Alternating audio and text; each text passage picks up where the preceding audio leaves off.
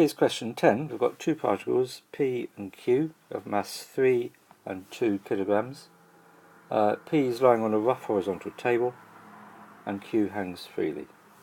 The particles are released from rest and it is accelerating at a rate of 0.5 meters per square second.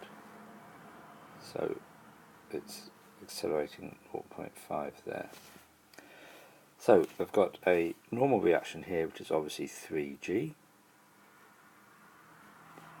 So the frictional force is mu times 3G. So let's do F equals ma on P. So T minus F, and F is mu times 3G, equals the mass times the acceleration. And let's do Newton's second law again, F equals ma, but this time on Q. So 2G minus T equals 2 times 0.5. So if I add those two equations, let's call that 1, call that 2. So 1 plus 2, I get 2G minus 3 mu G. And then if I add 1.5 to 1, I get 2.5.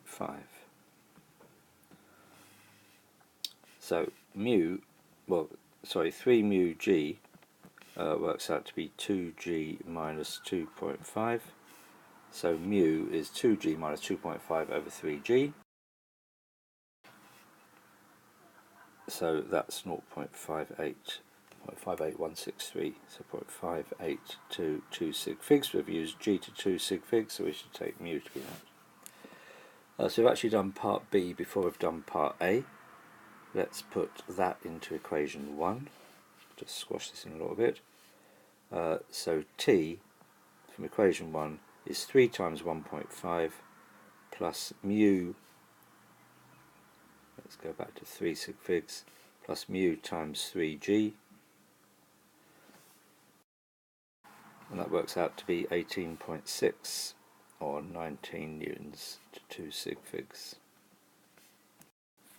Now in part C, the string breaks after 2 seconds, so the only forces acting are like this.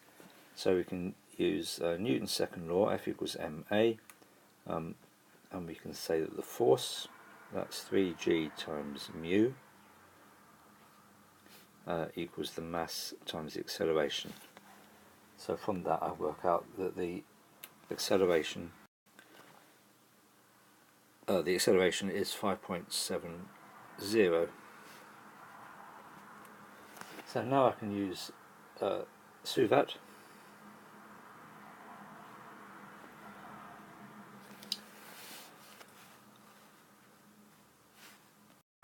And there's two parts of the Suvat. So it's before the string breaks and after the string breaks.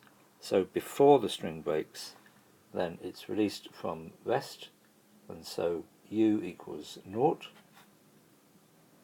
V we don't know, A we know was 0.5, and the string breaks after 2 seconds. So this is before the string breaks. So from that we can work out what V is.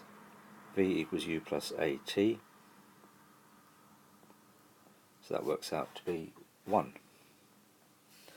And now after the string breaks, we know that the initial speed is 1, the final speed is 0, the acceleration is minus 5.7, and we're trying to find out what t is.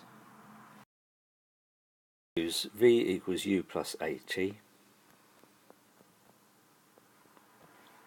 So 0 equals 1 minus 5.7 t. So t is 1 divided by 5.7, and that works out to be 0.175 or 0.18 to 2 sig figs.